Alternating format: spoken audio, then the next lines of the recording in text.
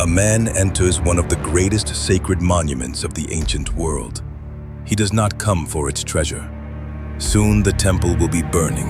His name will be bound to the crime forever. History remembers him for one thing: the wonder he burned. He destroyed a priceless temple because he wanted his name to be worth more than his life. Ancient accounts say he confessed. He wanted the world to know his name. He didn't need a crown or an army. He only needed a fire to consume a work greater than himself. More than 2,000 years later, the world still knows his name. When we say his name today, are we recording history or giving him exactly what he wanted? The motive made the crime infamous. The scale of the loss made it almost impossible to comprehend. To understand what one man destroyed, we have to confront what generations had built. His target was a sanctuary so vast that Pliny later claimed it took 120 years to build. Marble gave it the appearance of permanence. Its roof did not share that permanence. One man set fire to a structure that reportedly took 120 years to build. He destroyed it in a night. Marble made it look invincible. Wood gave the fire a way in.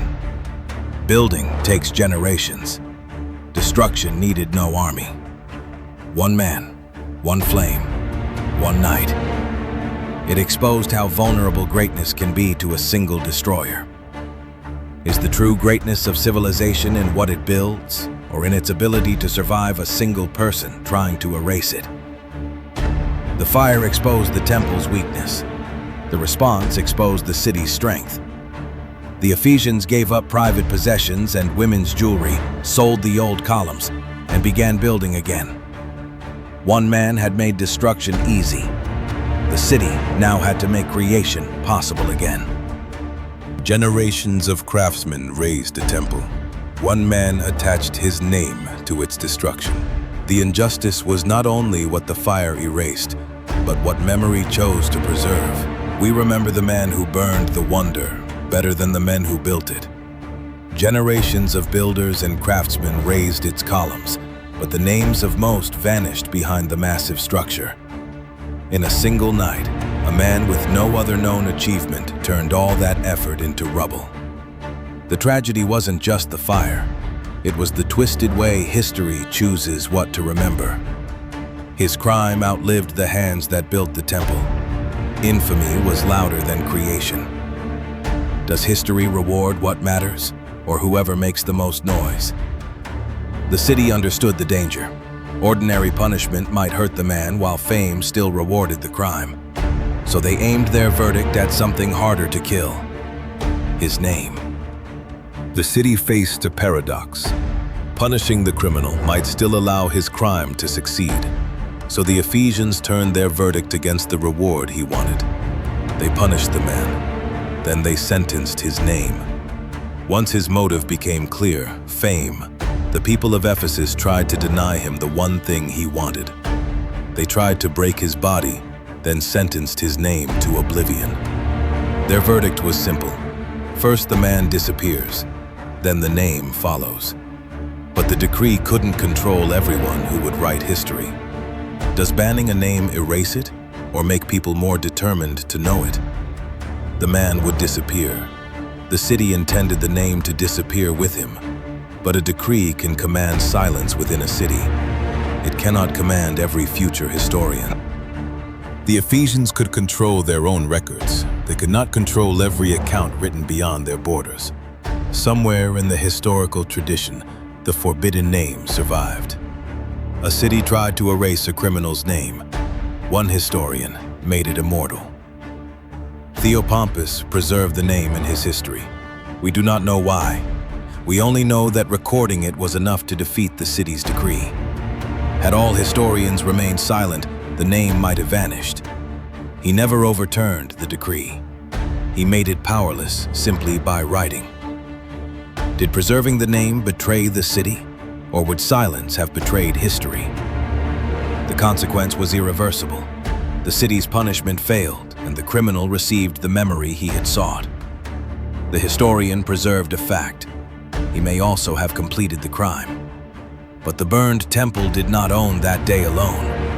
Ancient tradition attached another name to it, one that would rise through conquest, not arson. The fire did not own that day alone. Ancient tradition ties the same date to a birth in Macedonia, a child whose name would eventually eclipse kingdoms. One man burned a wonder to make his name immortal. Ancient tradition says that same day, a child was born who would bring an empire down. That child was Alexander. One man sought immortality through fire. The other would be remembered for toppling Persia and reshaping the ancient world. Which kind of immortality is darker? The unknown man who burned a wonder, or the conqueror remembered because cities fell before him? The resemblance ends where the consequences begin. Herostratus destroyed one monument to make himself visible. Alexander reshaped kingdoms through conquest.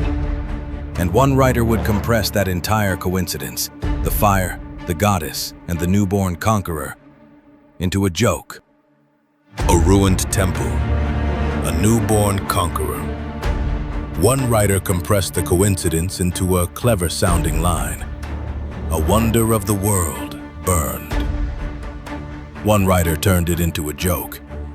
After the fire, Herostratus made a cold joke, saying the goddess didn't save her temple because she was helping bring Alexander into the world.